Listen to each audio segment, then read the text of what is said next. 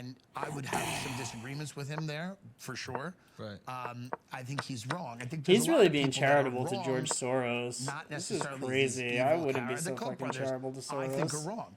They believe in unfettered free trade.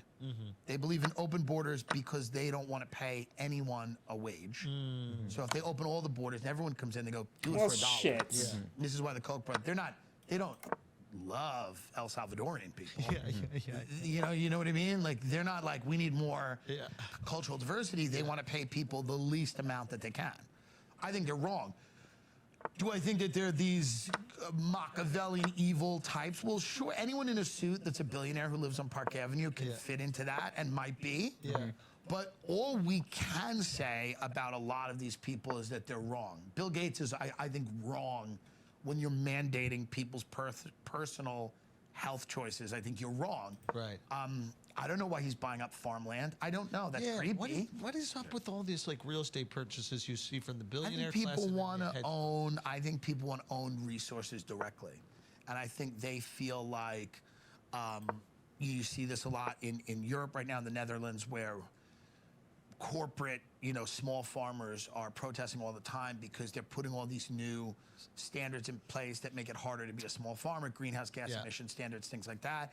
And, it's just, these big corporate agricultural companies are the ones that are thriving at the expense of these farmers. So in the real estate industry, when you have BlackRock buying up single family homes. Yeah, explain that, because I saw that.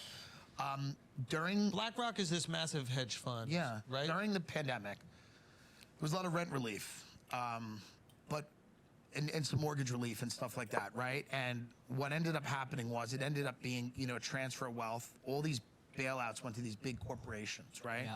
And it truly benefited not mom and pop landlords, because they still were on the hook for their taxes and utilities and things like that. And, it really benefited corporate landlords who went in and then bought up a lot of single family homes and then they jacked the price of real estate up by going in and just outbidding everybody, buying these homes in cash.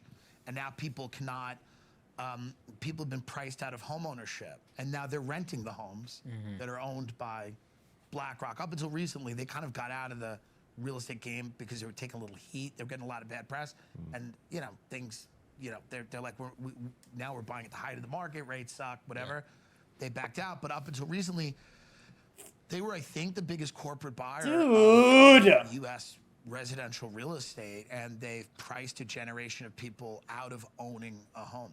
And they just did that because I think eventually all of these big corporations want you to rent. Yeah. They want you to take Ubers and Lyfts. Yeah. They want you to have food delivered. They don't want you to own a business or even think about owning a business. They want you to work at a corporation that they own. Is that terrifying? It's terrifying. Yeah. It's like, I think that's even the model with the iPhone now, right? Don't you kind of like pay a monthly fee and you can keep on getting a new phone? It was explained to me You're this almost like way. leasing your phone. The really smart guy came on my show. He goes, every entity, this guy Russ Baker, he writes books and crap. Yeah. But he said every government, whether it's a company or a government, every entity that's ever existed seeks power through control. Yeah. It's power through control. If you can control people, you have the power over them. So I think that it's like every government on earth, every Fortune 500 company, I think they want people to be just, if you don't own your home, someone else has control. Is there? Yeah. So if you, the less things that you own, the more verticals there are to exhibit control over you. That's correct. And is there a solution to this? Is there any way? Because it seems like this is just inevitable, the way it's being described. I mean, maybe not. I do think it's interesting to look at, whether it's crypto or whether it's, the independence that comes along with a currency that's not Fed-backed, right? Like the idea. I was being facetious. Do you really? No, I'm dead serious. I think that eventually you will. I think unfortunately crypto might just end up being a thing that enriches very rich people anyway. Yeah. But God willing,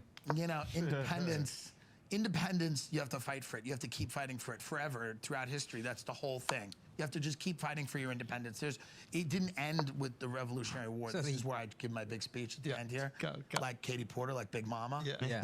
And then I go have a meatball on a stick for $19 in Soho, or whatever crap they now shove down our throats, and just completely go against everything I said.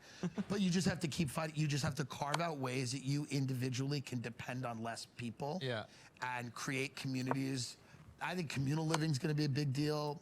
I think people are going to have their own cities. I think people are going to have their own value systems where they go, we're creating a space for ourselves that, kind of like on the grid, but off the grid. I think people are going to, all of this stuff. I think cities are going to... Pods. We were talking about that, about the pod learning. Suicide pods? Yeah, suicide pods. No, they're great ideas. Get right in, it's over. Exactly. Yeah. You think religion comes back?